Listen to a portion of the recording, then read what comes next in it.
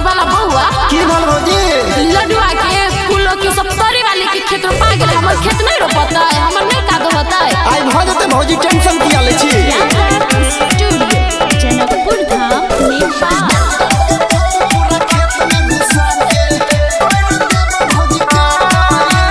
सुखै छे खेत फाट गेल ही दरार रे फाट गेल ही दरार रे सुखै छे खेत फाट गेल ही दरार रे देखि के हो जाय माथा खराब लागे के बीत जैसे भागो ये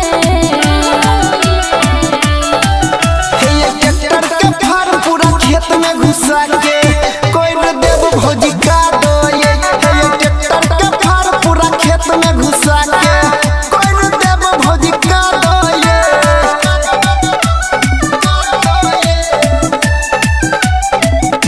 डीजे मुन्ना छिटकी बाजार मधुबनी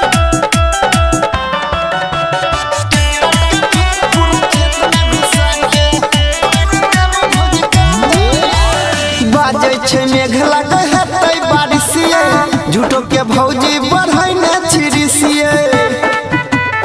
ये भौजी बाजे छे मेघ लगे हेतै बारिशिए झूठो के भौजी बढ़ै ने छिरिसिए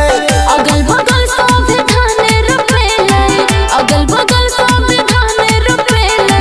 बजे छे होया नै लहजो ये भौजी सुन ना ट्रैक्टर के फार पूरा खेत में घुसा के कोई न देव भौजी का दो ये ट्रैक्टर के फार पूरा खेत में घुसा के कोई न देव भौजी का दो ये यादव स्टूडियो डीजे मुन्ना छिटकी बाजार मधुबनी